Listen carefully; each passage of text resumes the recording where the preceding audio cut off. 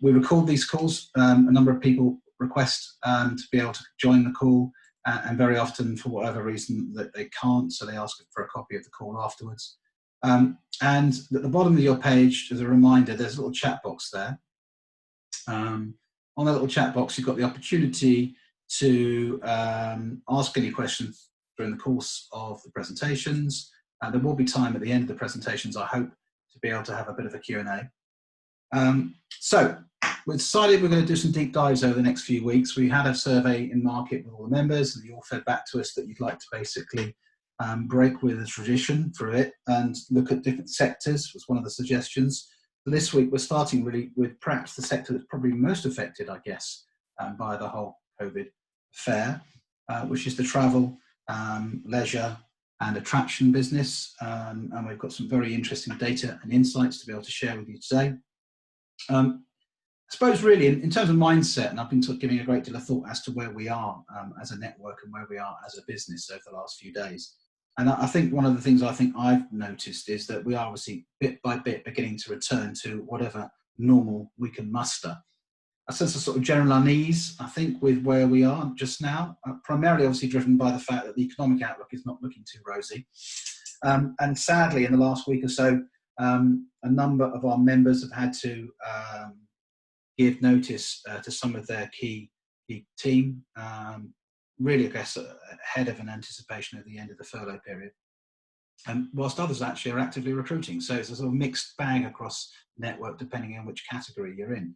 What I would say is that if any of you are having to let people go or having to give notice, please, please, please, would you put them in contact with myself or Nick Band at Pimento People. That's nick.band@pimentopeople.com, and we will do our utmost to try and find opportunities for them.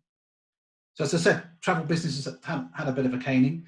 I think there's a number of lessons that we can learn from the travel business.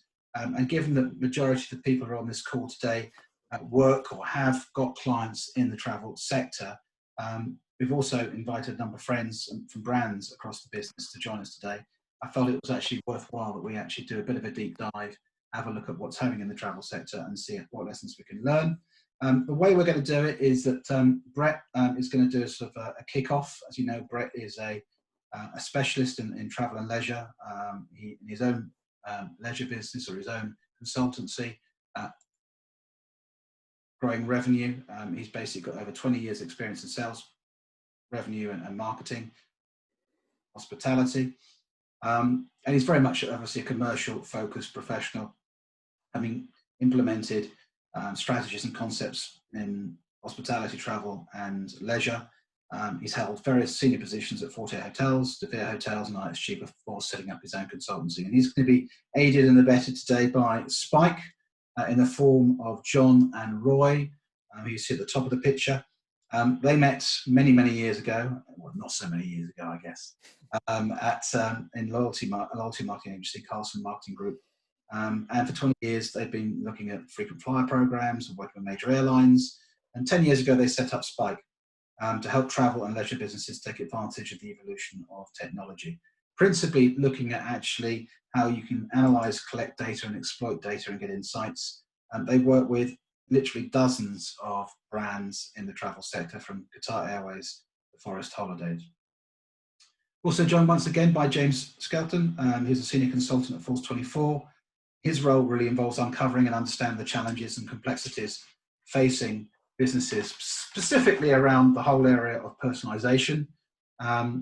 His previous business or his previous employer was Google, so he's seen firsthand how saturated marketplaces as PPC have forced the travel sector to get more creative and more one-to-one in their communications. And Force 24 now actually have a dedicated travel department. So he'll be giving his own thoughts on what we should be doing in the whole world of personalization. And last but by no means least, we have the CEO of Proof Content, Charli Hunt, with us today. Many of you will know Charli. She's a travel specialist and former editor of EasyJet Holidays, has worked for Sovereign, Hopper, Love Holidays, Let's Go To and Travel Weekly. And her business, Proof Content, works with hand-picked teams of freelance writers like Pimento and journalists and expert editors to suit the individual writing styles of each and every one of their clients. Their experienced editors use their wealth of knowledge in digital marketing to ensure that all their content is fully optimized for search engine optimization.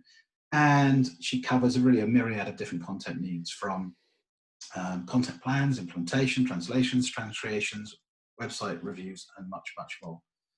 So without further ado, now I can actually find Brett, who's given me a mild panic earlier on by being the last one into the call. Where are you, Brett? I've got to find you first. Can you unmute yourself? I'm here. I'm sunning myself on the beach at the moment. Very good, as that's where you were. Clearly, obviously, your flight was late. Right, can you hopefully see my screen? We can. That's good. So what I wanted to do is just spend 10 minutes just giving you an overview in terms of what's next for the travel, leisure and hospitality sectors. Today, we're focusing a little bit more on the travel sector, but they are very much intertwined. And from a consultancy point of view, we do specialize in the travel, leisure and hospitality sector. We obviously try and help to grow our clients' revenues, but the last 3 months have been extremely challenging for this particular sector. And if you look at the latest results that came out from the ONS a couple of weeks ago, from April, the top 4 of the 5 most challenged sectors all hinge around the travel, leisure and hospitality sectors.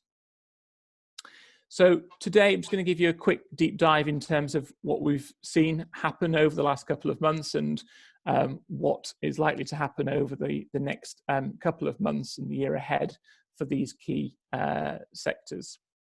So from an airline perspective, airlines have been mothballed, fleets have been grounded from around the world, and cruise lines have been mothballed. Airlines are facing the deepest structural change in their history, with tens of thousands of job losses planned for later this year, driven predominantly by a forecast in the collapse of business travel, which will significantly impact airline yields. In fact, in the first week of June, the number of scheduled flights were down 68% globally. And airlines are starting to add back capacity into their schedules, only to have them constantly being cancelled by governments refusing to open up their borders around the world. In fact, the only sizable flying program at the moment in the world is across North America, which is largely reliant upon the domestic schedules. From a tour operations perspective, the category has undertaken quite a brunt of the global borders being closed, and the announcements back in March of the Foreign and Commonwealth Office against all but essential travel effectively means that insurance policies for travel aren't valid. But we expect that this ban will probably be lifted alongside the quarantine for returning British passengers later this month, which will start to see us, those seeking to escape for some summer sun, finally escape. The sector is likely to see an increase over the coming years as travellers seek the protection of gained from a package holiday, compared to those exposed from a DIY holiday, where travel insurance will not cover you for any COVID-19 related travel disruption. From a cruise line perspective, no other categories had the impact and damage to its reputation from COVID, more so than the cruise industry. Since the early days back in February, when passengers were mothballed on the Diamond Princess off the coast of Japan when they were first tested for the virus. But cruise lines have had 4 months to develop plans, and my suggestion is that when they do recommence operations, you'll see a big effort from those cruise lines wanting to make cruise the safest form of holidaying when the operations do recommence. That said, the demand will likely be impacted for the next couple of years as trust begins to reform, and as such it's likely that many ships will remain mothballed for many a year to come, and there will be significant delays to new cruise ship orders coming on stream. So from an observations point of view, what lies ahead for the travel sector? Well, expect plenty of seat sales as airlines look to fill their capacity when they start flying again. And no, contrary to a lot of media reports, I don't think the middle seats will be left vacant as airlines need to maximise the yields on their schedules. I think also don't expect too many late deals for European summer holidays.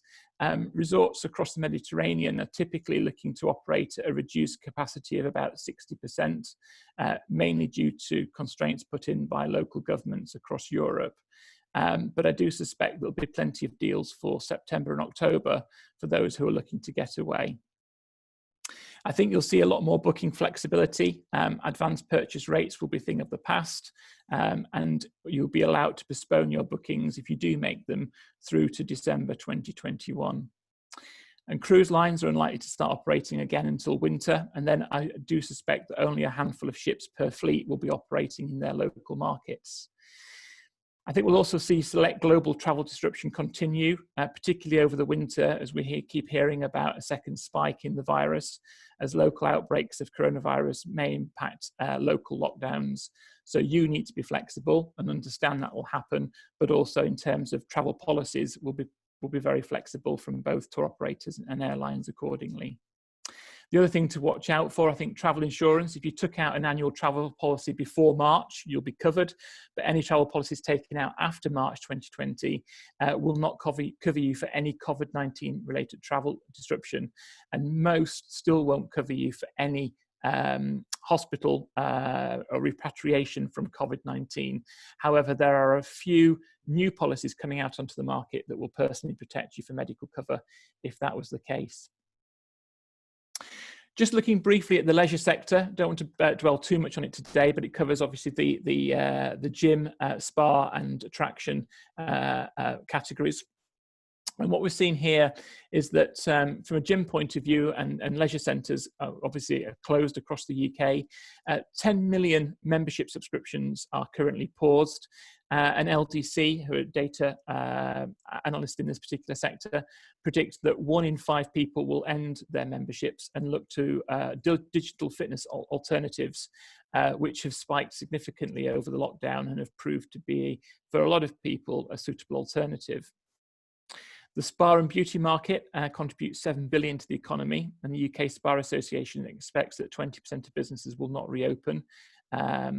And there's been a significant growth in the DIY at-home product categories, which have seen a 72% growth year to date. The attractions market is on the brink of collapse. Unfortunately, half of the most lucrative part of the season has already been lost.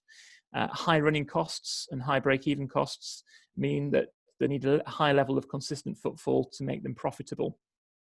Zoos that we've heard quite a lot about on the news have been particularly hard hit.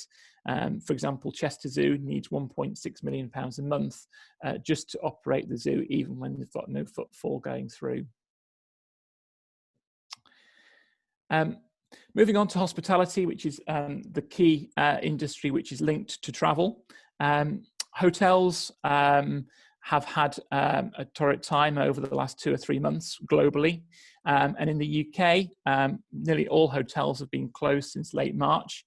I think just about 5% of hotels have been open, predominantly for those particularly in the sectors that have been, in terms of government, police and NHS, that have been using using hotels across the UK.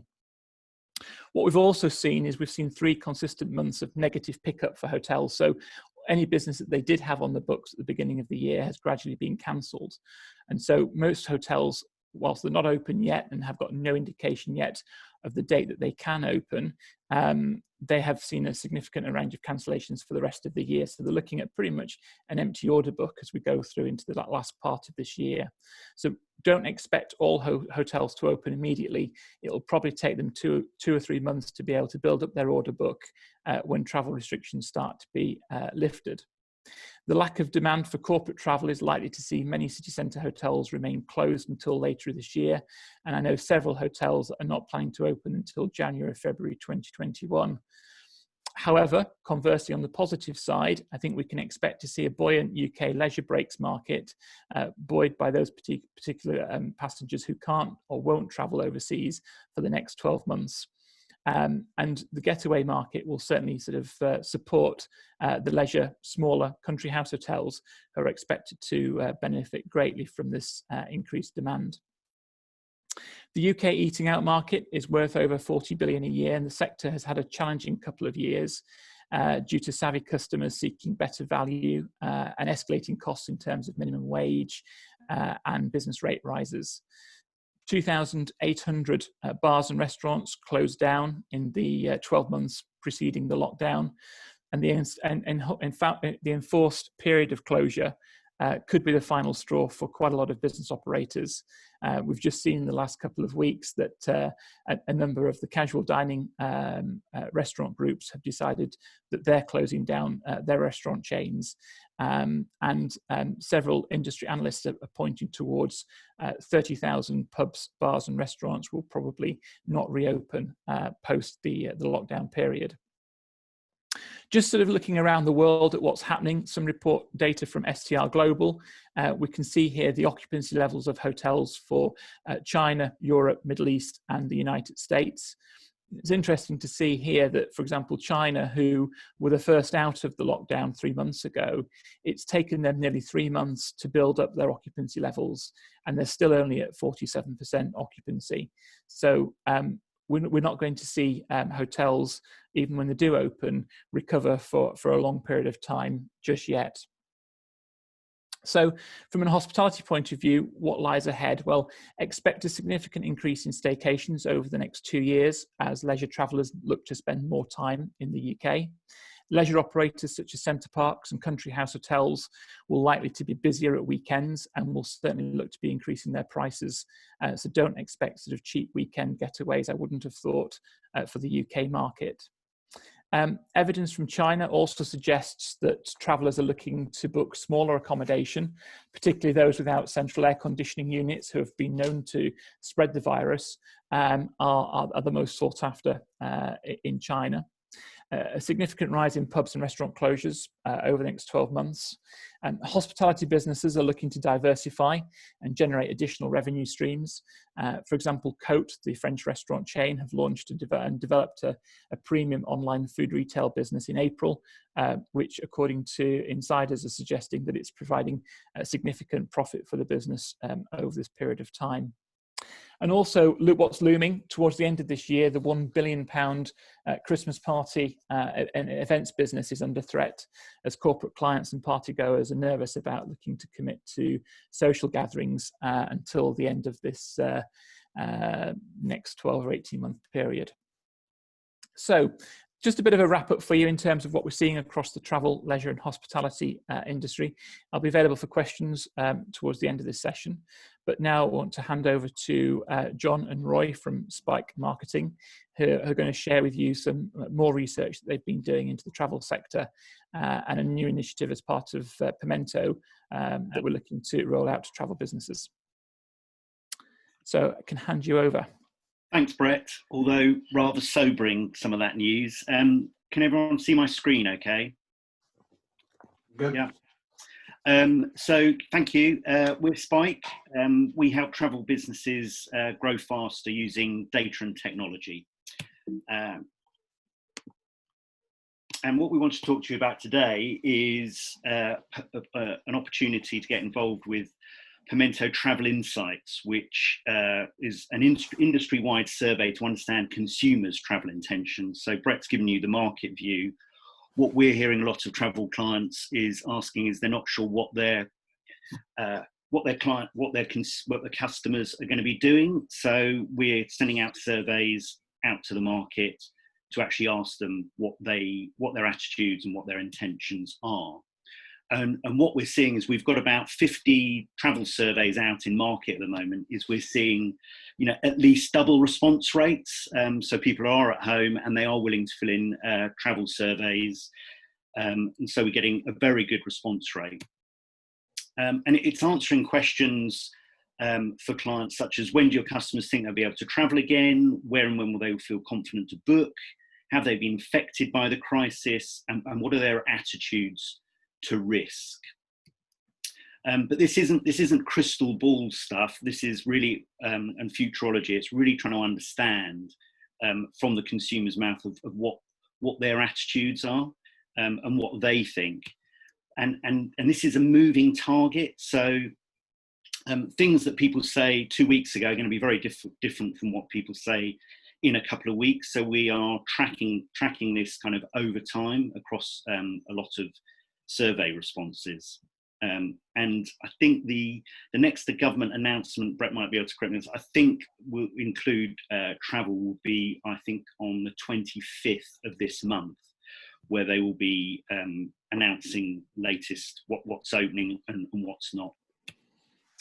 So I just wanted to show you just some slides from some research we're running with ATO, which is a specialist tour operator association. They've got about 250 members. We've got some surveys running with those members. And I just want to show you some of the initial results from that. It's predominantly aimed at over 50-year-olds, which haven't really been affected too much by this. And you'll see some of that as I show you these slides. We sent this out beginning of June, and this is an early cut of the responses, 736 responses. I think we're at about 7,000 now. But just to show you some of those initial results, you can see the mapping, most respondents from the major conurbations, and London always points out.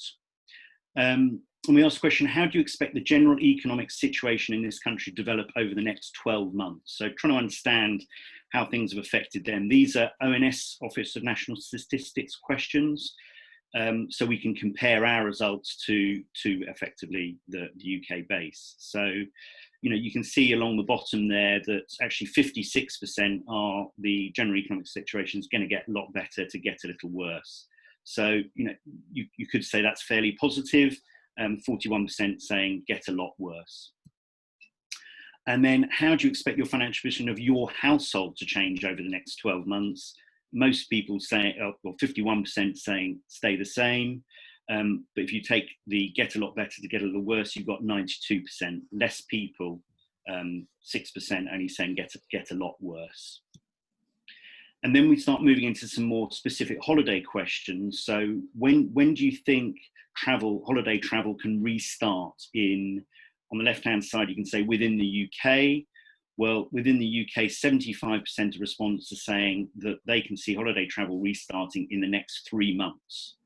And then Europe short haul, 78% saying in the next 4 to 6 months, and outside Europe long haul, 71% in the next 9 months. That is when they think travel will restart. Then we ask them the question, when might you consider to book a holiday? And those percentages go down. So within the UK, that within the next 3 months, just over half are considering booking, not necessarily traveling, but booking a holiday. Europe short haul, 52% within the next 6 months, and outside Europe long haul within the next 9 months. But if you look on the right-hand side, we've still got nearly a quarter saying that it's going to be more than a year before they start considering it, and 21.4% not sure.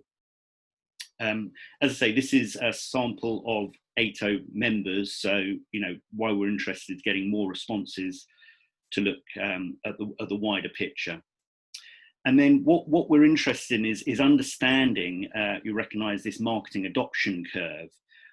What we're interested in is understanding people's attitudes to travel, and who are going to be the innovators and the early adopters, who are the ones that are going to be jumping on a plane as soon as possible, booking and travelling, and who are the people that aren't going to be travelling for a year or so, or maybe never again. So we asked the question to put those into pots and cohorts, is we asked them which of the following best matches your attitude to travel abroad. So under the 14% on the left, the purple column, the innovators are, we ask, I'll be among the first to travel again. So there's 14% innovators. And then you've got those early adopters, which responded, once I feel the time is right, I'll start to travel again. And what you get is you get a picture of the people that are more likely to start traveling earlier. And if we can profile those and identify those and what messages help those people convert, there are still people to go after, although there are a lot of people that won't. If we can understand more about those 14% of innovators, we've got, as I say, we've got other surveys. I think the highest we've seen is about 19% base being those innovators and amongst the first to travel again. So understanding those segments and what messages convert is key there. And then we asked them which country abroad would you want to visit first. All the usual suspects there: France, Spain, Greece, etc. But if you can get responses to yours or your clients' bases, you can understand which destinations people are traveling to. So it's a kind of quick snapshot of some of the slides and findings we're getting back from that ATO base. But what we would like to do is try and get you or your clients to get involved with the Pimento Travel Insights.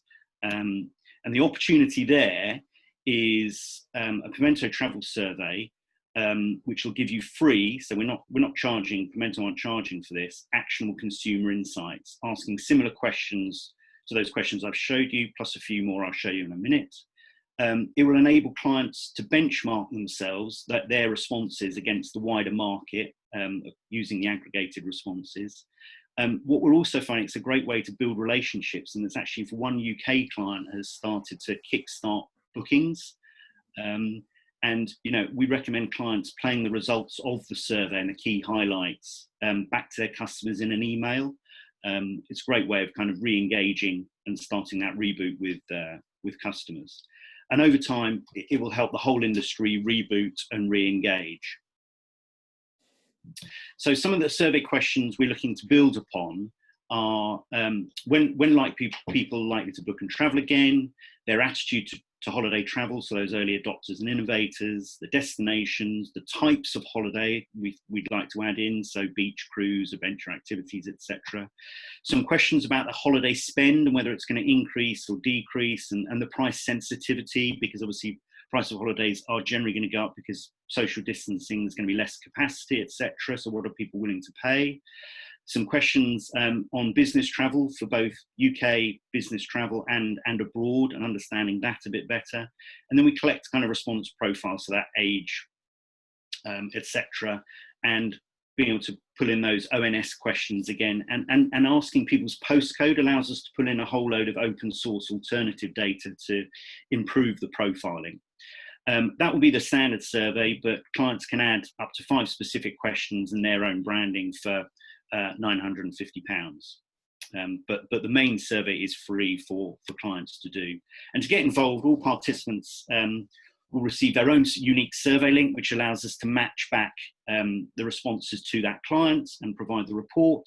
And all they've got to do is send out that link to their email base, in which case we never see their email list, so there's no issues around GDPR, etc. We collect all the responses, and then we will provide an online report which updates in real time of just your responses, which again, when we present the aggregated results, you'll be able to compare against the wider market.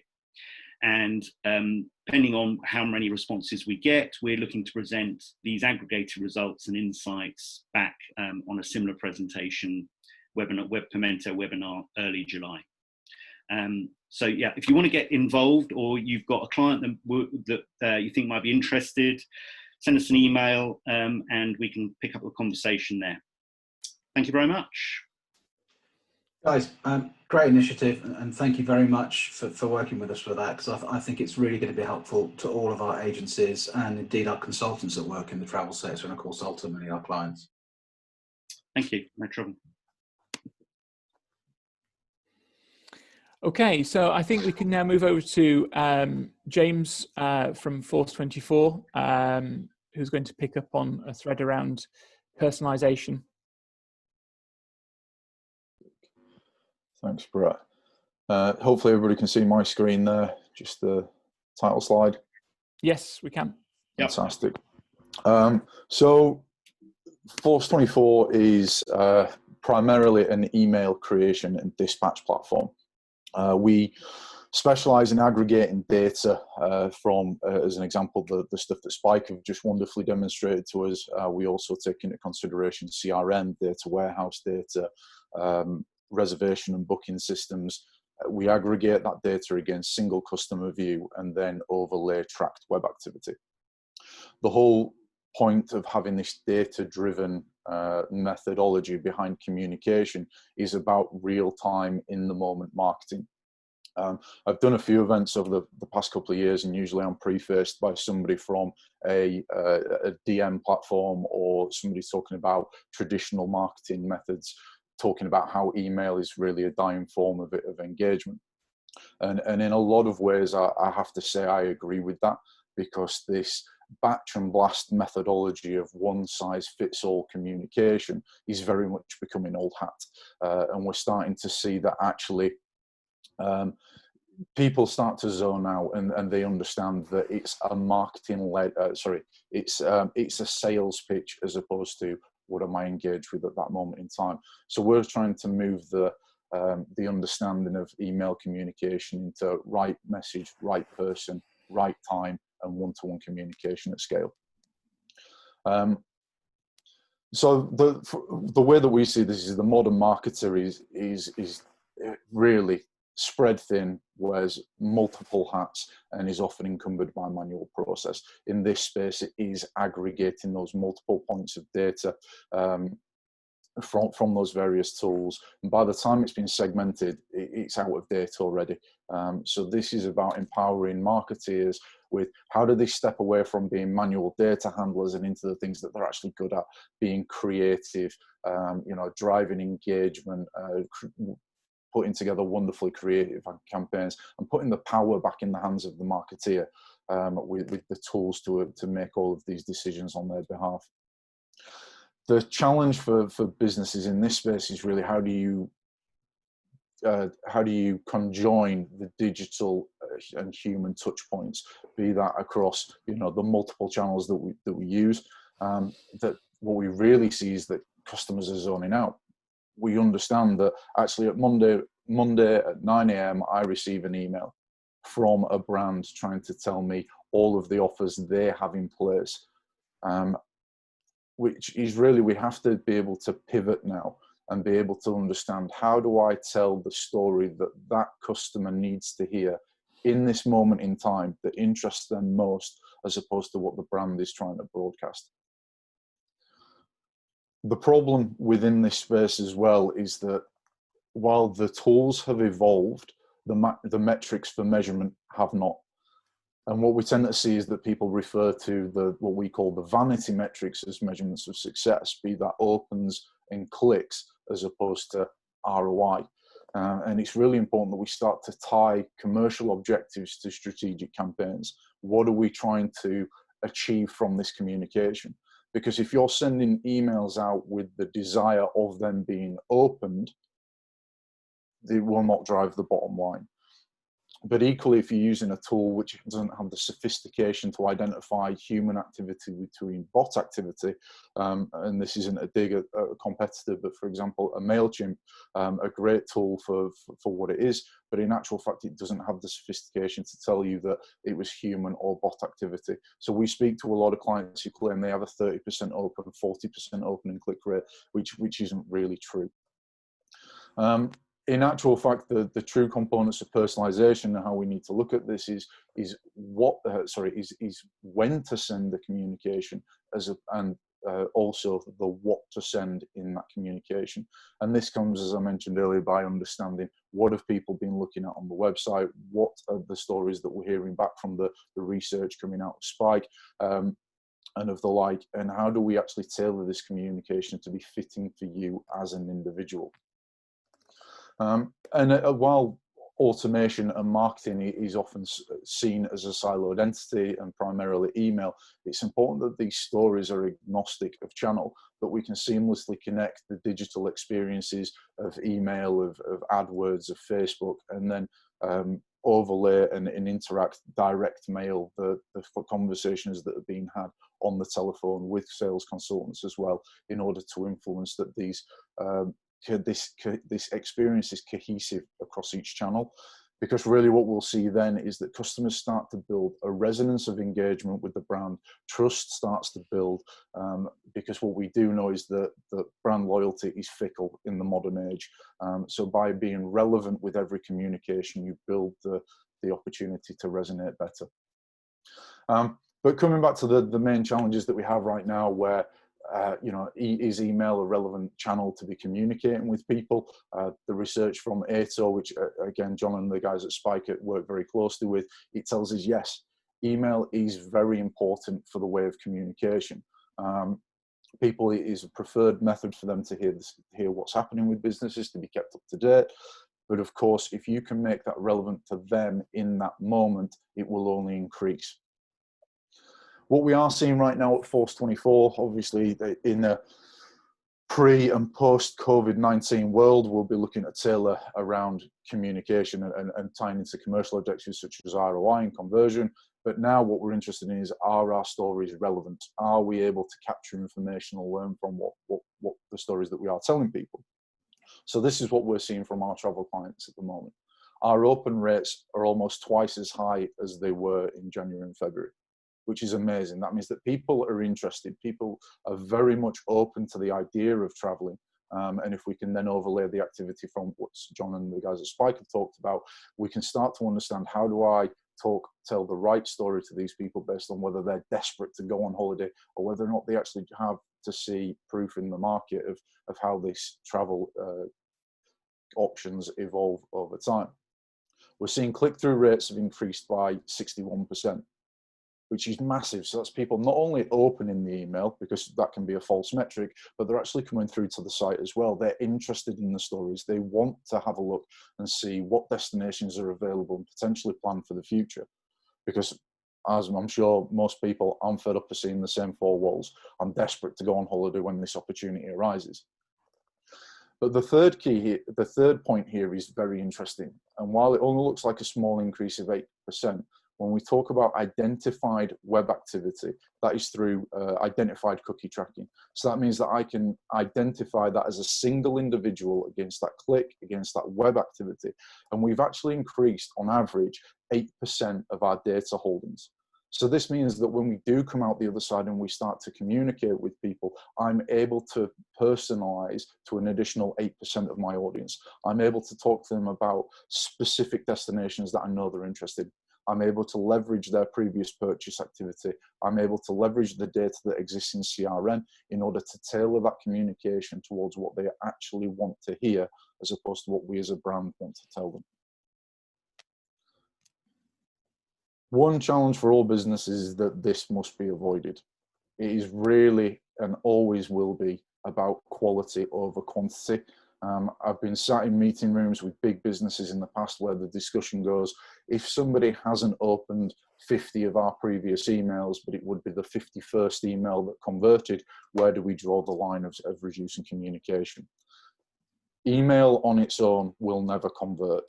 It is bait in order to grab attention, bring people into your website, and then they can explore your further offering and services.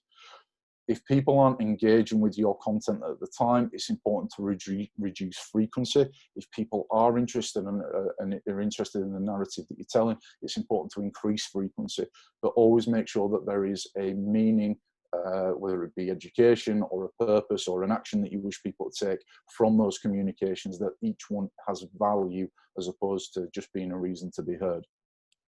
And I think there's a couple of quotes coming up now, but one from Stephen Covey: seek first to understand, then to be understood. If you can understand what it is that your customers want to hear, the stories that they need to be told, you will be far more penetrative when you do start to demonstrate what the unique story is behind your business. And another one which puts it very well is, you can make more from Dale Carnegie. You can make more friends in 2 months by becoming interested in people than you can in 2 years by trying to get other people interested in you. Again, if I've got family and we're looking at a staycation, then I do not want to be seeing 18 to 30 holidays to Ibiza, lads holidays and so forth. It's important that we tailor our communications to the audience, and that has to be done at an individual level where possible. As Spike have identified one way that we will be able to segment this audience, and I've just done this very basically into 3, but those people that are desperate to get away as soon as possible, that's great. If we're in the staycation holidays now, if you are selling, British destinations, then actually you can be building anticipation for this. You can be telling people about things that are available now. You can give probably a quite insightful timeline as to when these holidays will be able to happen. As education evolves through time, as it will be for traveling further afield. Then we understand that the second wave are actually looking for social proof. They want to understand that other people have been on holiday and didn't get sick. They had a wonderful time, whether it be, as an example, the water parks and the restaurants were actually open in Spain, because actually that's why we want to go on holiday, to escape the day-to-day rigors of life. But the people who aren't sure of when they'll fly again, then we need to understand there's a nurture process there. But also, should these people step out of their relative pots? As an example, the people who said, I'm not sure if I ever will fly again, are all of a sudden very active on site, and are looking at holidays and are looking at when they can go away in the next 3, 4, 6 weeks. Then we need to be able to pivot and change the communication into, okay, you're interested, let me now tell you a few stories about the locations that are available, and how do we facilitate that safely. Core strategies in driving personalization. I won't talk you through all of these, but most of the times when we push this sort of list out to businesses and they say, actually, we do all of those things, but they are in no way conjoined. They're not in no way linked. It's important to understand how, as an individual, you should exist within your, as a single customer profile, as an example. But in actual fact, you can exist in multiple segmentations, and you can move very, very quickly or very slowly through these processes. But again, it's important to be able to speak to people in the moment as to where they are in their customer experience from a level of personalization. So again, that what to send and when to send is incredibly relevant for making this transition feel organic and native, as opposed to forced, and start to open up the doors for your competition. Again, this is about one story, agnostic of channel, in the moment marketing. And one thing that if brands are available, have the capability of doing this is something which we call lead scoring. And it's by attributing value to the actions, we can immediately share this data. So as an example, if I've been on a website looking at France every day for the last 3 weeks in a post-COVID-19 world, you would expect that I am very, very interested in doing that. And by exploring those channels, it may be something where we can push those profiles into a sales team, where if they are repeat customers, we can be picking up with the consultants that they know well in order to discuss what options are available. We could push those audiences into PPC, into social media, in order to bid more aggressively on them, because we understand they're in a sales cycle. But inevitably, again, this comes back to the point of the more engaged people are, the higher the frequency of engagement should be, and respectfully for those people that aren't engaged at that moment in time, to take the foot off the pedal and give them space where required. And the final point that I'll make, or one of the final points that I'll make, is here that while personas exist and they are incredibly valuable because they are a starting point of segmentation, we need to understand that those segments can be evolved. So, you know, if we've done audience identification and we have 5 segments to start with, that is incredibly valuable from where we were originally. But actually in 12 months' time, if you take the data from tracked web activity, those individual customer experiences, actually when you do that analysis again in 12 months' time, there may be 12 segmentations.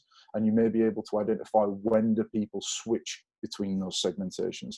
Because as I mentioned earlier, if I'm a 20-year-old lad who the profile says should be looking at Ibiza and Balearic Islands, yeah, I'm on the website looking at family holidays to Africa, it's very important that we be able to pivot and tell a story to engage in that moment, as opposed to beat that person with that same stick repeatedly, which in turn will just mean that they feel that this brand doesn't understand them.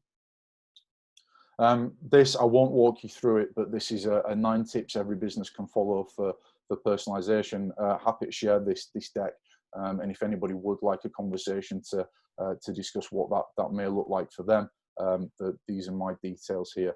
I appreciate your time as well, because I think I've probably run over that 10 minutes, but thank you very much for your time, everybody. Thanks, James. Really interesting to see how we can bring sort of data and insights into actual sort of marketing channel activity. And in that same vein, clearly being able to bring the right content into market is very critical. And that's why I've invited Charli from Proof Content to help us understand how we can keep content reassuring and inspirational and relevant, and keeping in touch with customers. And it works for not just for travel, but a lot of other sectors at the moment that are currently mothballed. So Charli, over to you. Hi everyone, I'm Charli from Proof Content. So we create content for all kinds of businesses that specialize in travel. So I think I'm just going to keep everything quite light and try and talk about opportunities, because I think we're all a bit bogged down in all the depressing stuff. So it's nice to hear kind of Spike's data as well about where the opportunities are.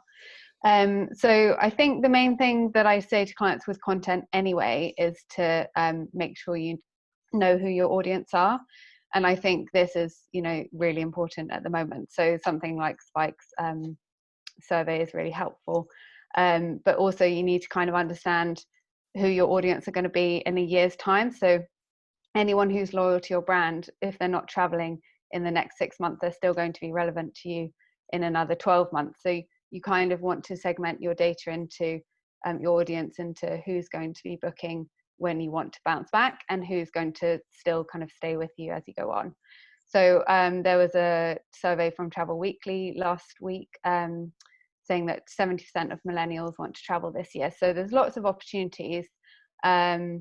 I think, I was originally thinking an older audience could be a problem, but Spike have put me wrong about that.